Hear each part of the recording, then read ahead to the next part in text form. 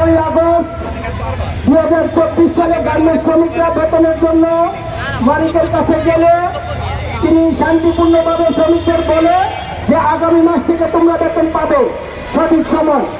সেই সময় শ্রমিকরা তাদের ওনার কথা শুনে শ্রমিকরা ঠিকভাবে কাজ করতেছিল।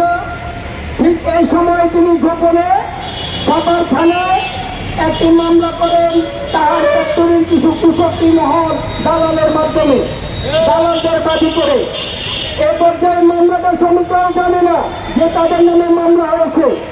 ঠিক 2025 সালে মার্চ মাসে যখন শ্রমিকরা ফেব্রুয়ারি মাসের বেতন 10 তারিখে চায়, ঠিক তখনই এই খলনায়ক, যিনি নয়াকার পাঠ করে খলনায়কগিরি করেন প্রতিষ্ঠানে, তিনি এই শ্রমিকদেরকে বহিরাগত সন্ত্রাসী আইনে নানানভাবে শাসায় এবং বলে যে আমরা 16 তারিখের আগে বেতন দিতে পারবো না।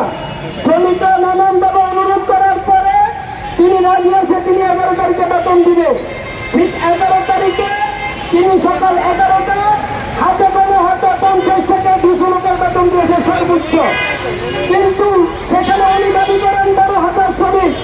সেই 12,000 শ্রমিকের বেতনের জন্য যখন শ্রমিকরা ম্যানেজমেন্টের কাছে যায়, তখন এই যে 200 শ্রমিক বেতন পাইছে তাদেরকে দেখে যে তোমরা বেতন পাইছো কিনা, তখন এই শ্রমিকরা বলে আমরা কিছু সংখ্যক বেতন পাইছি। তখন এই শ্রমিক এবং ওই শ্রমিকদের মধ্যে একটা ভুল বুঝাবুঝি সৃষ্টি করে এবং মালিক ওই শ্রমিকদেরকে বলে যে তোমরা 13 তারিখের মধ্যে বেতন পাবে। তখনই এই শ্রমিকরা এই শ্রমিকদের সাথে যুক্ত হয়ে বলে যে আমাদের বেতন দিতে হবে, কারণ আমরা টিকিট কাটবো, আমাদের জীবিকার বাচ্চা আছে, আমরা রমজান মাসে আমাদের ঘরে খাবার নাই, আমরা না খেয়ে রোজা রাখতে হয়, আমরা না খেয়ে ইফতার করতে হয়, মেহরবানি করে আমাদের বেতনের ব্যবস্থা করুন।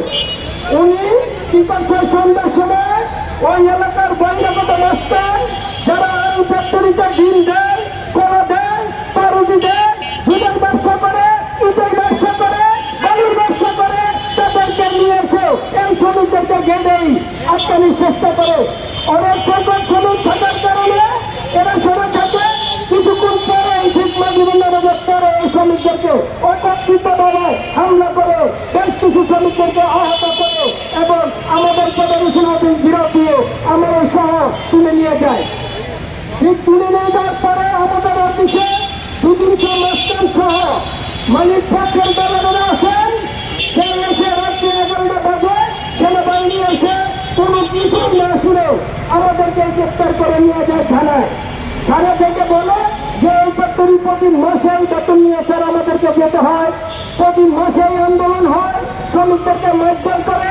এই অনন্ত জলিল উনি বাংলাদেশের শ্রম আইন মানে না, উনি শ্রম আইনের দ্বার ধরে না, উনি একের পর এক ফ্যাক্টরি প্রতিষ্ঠান পরিচালনা করেন, ফ্যাক্টরি করেন, কিন্তু যাদের শ্রমিক প্রতিষ্ঠান পরিচালিত হয়, এই প্রতিষ্ঠানের মালিক চলে একের পর এক বিল্ডিং হয়, তাদের সঠিক সময় বেতন দেয় না, সেখানে ছুটির টাকা দেয় না, সার্ভিস বেনিফিট দেয় না, শ্রমিকরা যদি রিজেন দেয় সেই টাকাও দেয় না।